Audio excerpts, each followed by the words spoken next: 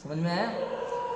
अब ये मोक्ष मार्ग की चर्चा जैन धर्म में दो प्रकार से की जाती है, निश्चय मोक्ष मार्ग और व्यवहार मोक्ष मार्ग।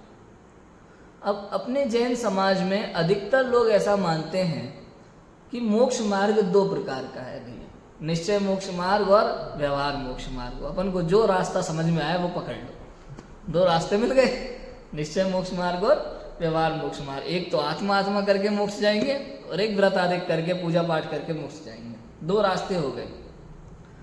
तो जैन शासन कहता है भाई आपने गलत बात पकड़ ली, आपने थोड़ा गलत समझ लिया, आप समझे नहीं हमारा कहने का मतलब कि हमने जो ये कहा निश्चय मोक्ष मार्ग व्यवहार मोक्ष मार्ग दो प्रकार के मोक्ष मार्ग हैं, तो यहाँ कहने का हमारा अर्थ ये है कि मोक्ष मार्ग तो एक ही है, उसका कथन दो प्रकार से है, उसका निरूपण दो प्रकार से है, निश्चय से और व्यवहार से। समझ में लिखा ना सम्यक दर्शन ज्ञान चारित्राणी मोक्ष मार्ग, तो चारित्राणी में बहुवचन है और मोक्ष मार्ग में एक वचन है। इसका मतलब क्या हुआ कि सम्यक दर्शन अकेले से मोक्ष मार्ग नहीं होगा भाई साहब, अकेले ज्ञान से काम नहीं चलेगा, अकेले चारित्र से काम नहीं चलेगा, तीनों होना चाहिए, इसलिए वहां बहुवचन लिया। और मोक्ष मार्ग एक ही है, वो 10 नहीं है, इसलिए वहां एक वचन लिया। समझ में? तो नए चक्र जो बृहद नए चक्र है माइल धवल जी का द्रव्य स्वभाव प्रकाशक नए चक्र, उसमें 321 नंबर से 323 नंबर की गाथा में इसका विशेष निरूपण है। उन्होंने कहा, इस बात को स्पष्ट किया उन्होंने वहां कि भाई जैसा शास्त्रों में कथन आता है कि मोक्ष मार्ग दो प्रकार का है, निश्चय मोक्ष मार्ग व्यवहार मोक्ष मार्ग, तो ऐसा नहीं समझना, मोक्ष मार्ग तो एक ही है, उसका निरूपण दो प्रकार से है, कथन दो प्रकार से है, निश्चय से और व्यवहार से। अब ये निश्चय मोक्ष मार्ग क्या है और व्यवहार मोक्ष मार्ग क्या है?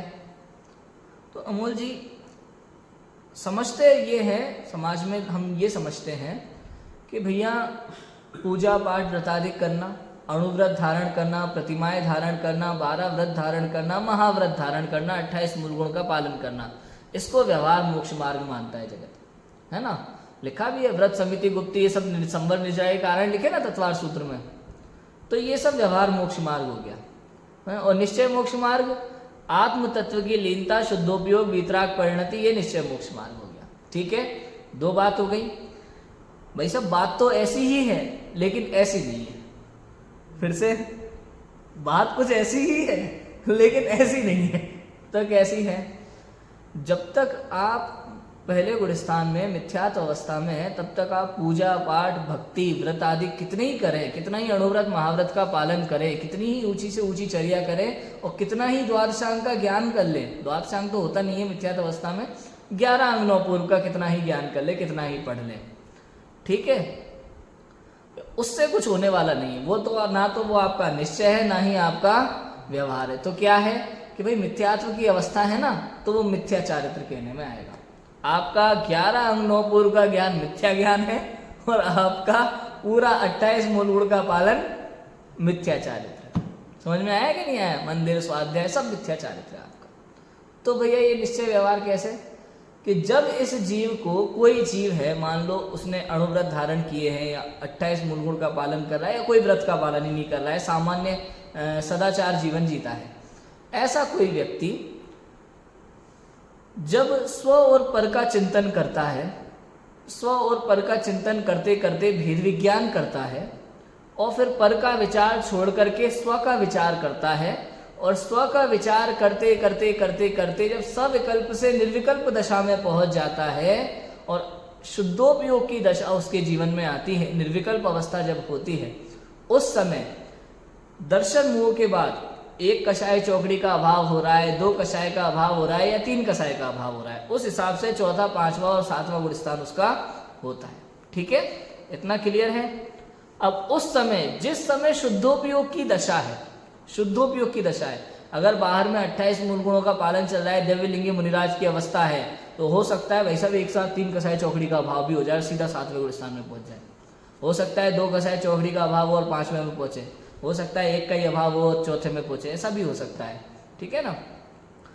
अब शुद्धोपयोग के काल में, शुद्धोपयोग के काल में जो निर्विकल्प अवस्था है, जो आत्मा का वेदन है, जो आत्मा का अतीन्द्रिय आनंद है, वो तो है सम्यक दर्शन ज्ञान चारित्र। समझ में? आत्मा का दर्शन वो सम्यक दर्शन और आत्मा का ज्ञान हो रहा है वो सम्यक ज्ञान, और आत्मा का आनंद आ रहा है वो सम्यक चारित्र। ये तो सम्यक दर्शन ज्ञान चारित्र। अब जैसे ही सविकल्प दशा में आया, समझ में आया, जैसे ही वापस सविकल्प दशा में आया, ठीक है ना, शुद्धोपयोग से शुभोपयोग में आया, फिर अशुभोपयोग में आया, चौथे पांचवा आए तो अशुभोपयोग में भी आए, ठीक है। अब उसके वही दर्शन, पूजन, स्वाध्याय, व्रत, अणुव्रत, महाव्रत जो भी हैं, बाहर की जो भी क्रियाएं हैं, जिसको अभी थोड़ी देर पहले हमने मिथ्या चारित्र कहा था, मिथ्या ज्ञान कहा था, मिथ्या दर्शन कहा था, वो अब व्यवहार सम्यक दर्शन ज्ञान चारित्र कहने में आता है। समझ में आया कि नहीं आया?